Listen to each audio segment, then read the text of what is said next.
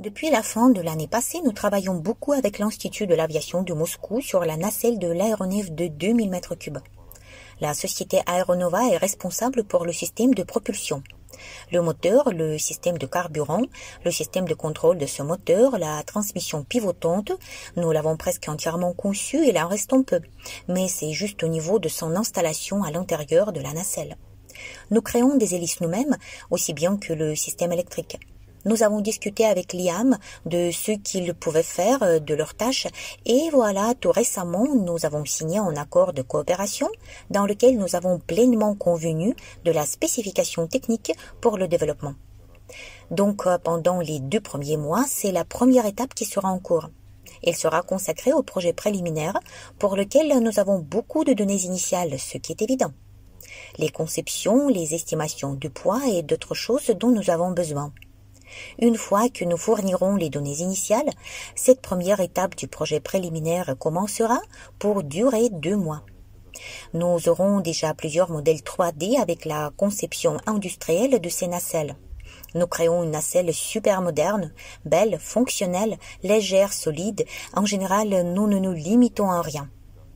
Ce n'est pas nécessaire d'ailleurs. Donc, dans quelques mois, peut-être même plus tôt, nous aurons quelques projets préliminaires que nous pourrons étudier.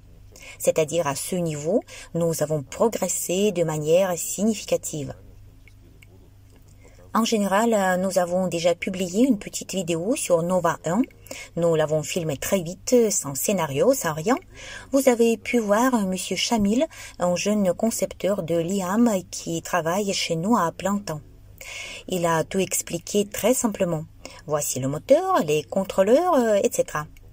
En fait, bientôt, l'ensemble du système de contrôle sera entièrement assemblé dans notre laboratoire.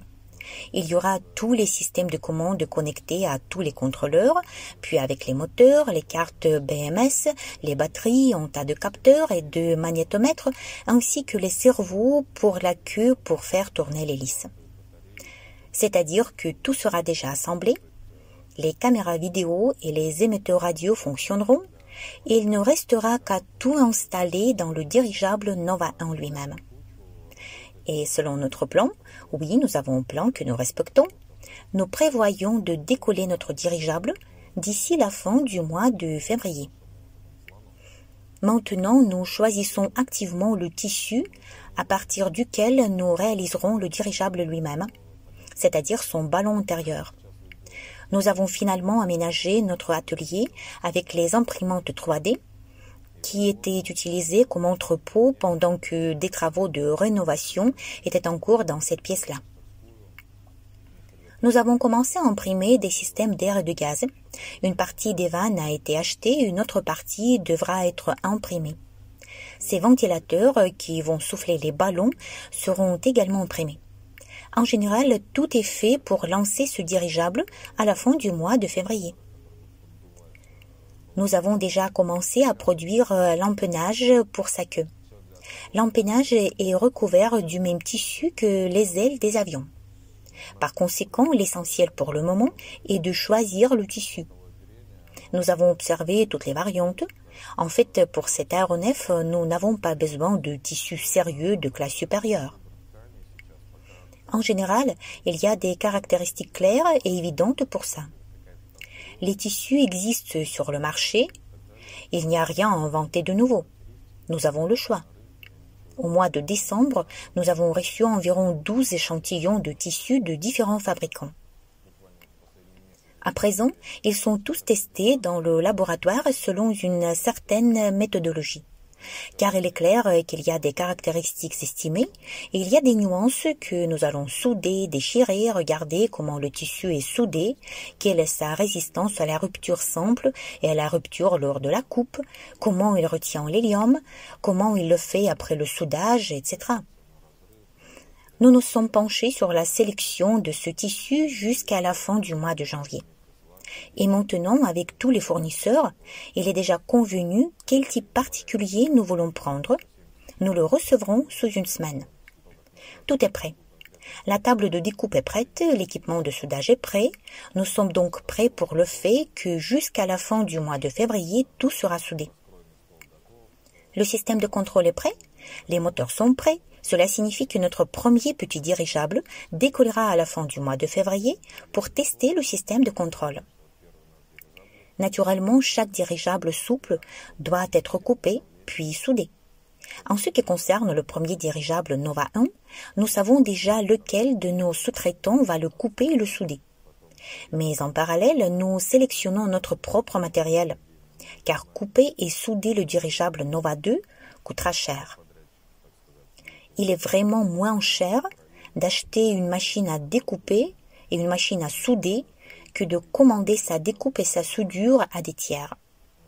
À noter que nous avons des spécialistes de découpe et de soudure dans notre équipe. Et puis, bien sûr, maîtriser le processus technique est également bon. Il est clair qu'à l'avenir, nous allons produire de grands dirigeables. Ils seront avec une nacelle rigide et une coque souple. Là, nous avons eu une très longue discussion sur la question de savoir s'il faut vraiment le créer, s'il faut maîtriser cette technologie. Cependant, il s'est avéré que le même dirigeable d'environ 8000 mètres cubes avec une coque souple sera en demande dans certains domaines. Et il y a déjà des clients de ce type. Allons acheter toute la série. Oui, il est rentable de maîtriser le processus technique. Et comme je l'ai déjà dit, ce sera moins cher pour nous de tout faire par nous-mêmes que de confier cette coupe et ce soudage à des tiers.